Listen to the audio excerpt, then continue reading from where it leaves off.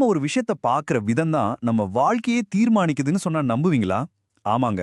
நம்ம பார்வை எப்படி இருக்கோ அப்படிதான் நம்ம அனுபவங்களும் அமையும். அத பத்தி தான் இன்னைக்கு நாம விரிவா பார்க்க போறோம். ஒரு நிமிஷம் இத பத்தி யோசிச்சு பாருங்களேன். நாமளா ஒண்ண நெனச்சுக்கிறோம், கடைசியில அதுவே உண்மையாகிடுது. இப்படி எத்தனை தடவ நடந்திருக்கு? இந்த கேள்விக்குள்ள தான் இன்னைக்கு நாம பார்க்க போற விஷயத்தோட மொத்த சாரமும் அடங்கியிருக்கு.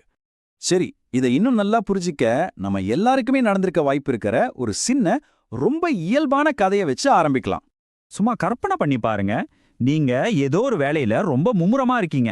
அப்போ உங்க போன்ல டிங்னு ஒரு சத்தம். பார்த்தா உங்க க்ளோஸ் ஃப்ரெண்டு கிட்ட இருந்து ஒரு மெசேஜ் வந்திருக்கு. மெசேஜை ஓபன் பண்ணா அதுல இருக்கிறதே இந்த ஒத்த வார்த்தை தான்.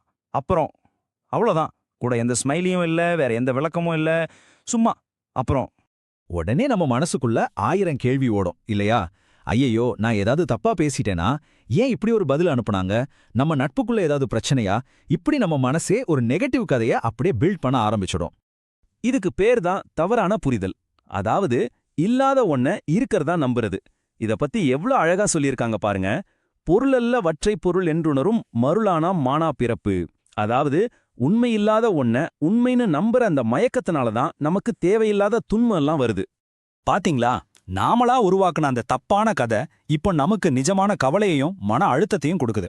அடுத்த தடவை அந்த நண்பரை பார்க்கும்போது கூட மனசுக்குள்ள ஒரு சின்ன நெருடல் இருக்கும். எல்லாமே நம்மளோட அனுமானத்தால வந்த வினதான்.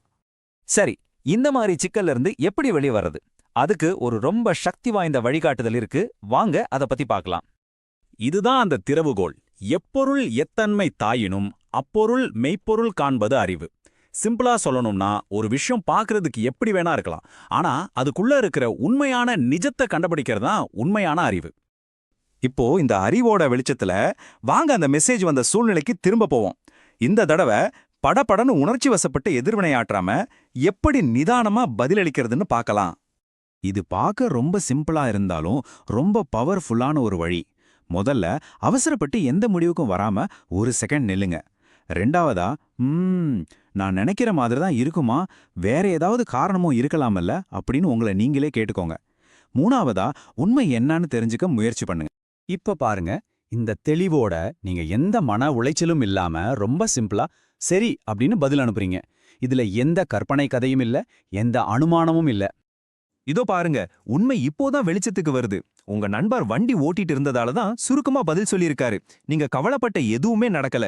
நீங்க உங்க மனசுக்குள்ள உருவாக்குன அந்த சோக கதை முழுக்க முழுக்க உங்க கற்பனை தான். இந்த கதை ஒரு சின்ன உதாரணம் தான். ஆனா இதுல இருக்கிற பாடம் நம்ம வாழ்க்கையோட பல இடங்களுக்கு பொருந்தும். நாம இந்த மாதிரி இல்லாத மாயைகளை நம்பாம வாழ ஆரம்பிச்சா நம்ம வாழ்க்கை எப்படி மாறும்னு பார்க்கலாமா? பாருங்க, நம்ம முன்னாடி 2 பாதை இருக்கு. ஒன்னு தப்பான புரிதல்களோட வாழ்றது. அந்த வாழ்க்கை இருள், சந்தேகம், துயரம்னு நிறைஞ்சிருக்கும். இன்னொன்னு உண்மையை தேடி போறது. அந்த வாழ்க்கை ஒளி, தெளிவு, இனிமை நிறைஞ்சதா மாறும்.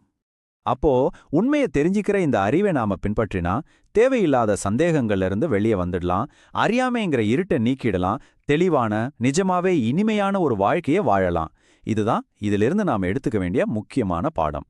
சரி, இது முடிக்கிறதுக்கு முன்னாடி உங்ககிட்ட ஒரு கேள்வி. உங்க வாழ்க்கையில, உங்க வேலையில, இல்ல உங்க உறவுகள்ல இப்படி நீங்க தப்பா புரிஞ்சு வச்சிருக்கிற ஒரு விஷயம் என்னவா இருக்கும்? இன்னைக்கு அந்த ஒரு விஷயத்துல உண்மையை தெரிஞ்சுக்க நீங்க என்ன முயற்சி எடுக்க போறீங்க? யோசிச்சு பாருங்க.